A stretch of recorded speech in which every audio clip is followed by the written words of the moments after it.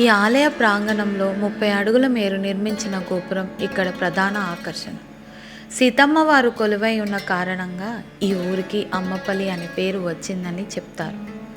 ఎత్తైన రాజగోపురం, పొడవైన ప్రాకారాలు, సువిశాలమైన కోనేరు, మంటపాలు అలనాటి ప్రాచీన వైభవానికి సజీవ సాక్ష్యాలుగా దర్శనమిస్తుంటాయి.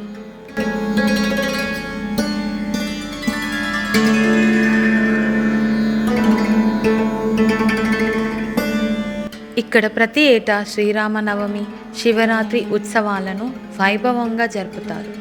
ముఖ మంటపంలో కూర్మం అనగా తాబేలు ఏర్పాటు చేయబడి ఉండటం వలన ఈ క్షేత్ర దర్శనం మోక్షాన్ని ప్రసాదిస్తుందని అంటారు. గర్భాలయంలో సీతారామ లక్ష్మణులు కొలువై ఉండగా వారికి ఎదురుగా ముఖ మంటపంలో హనుమంతుడు నెలువై ఉంటాడు. ఇక్కడే గరుత్మంతుడు కూడా కనిపిస్తాడు.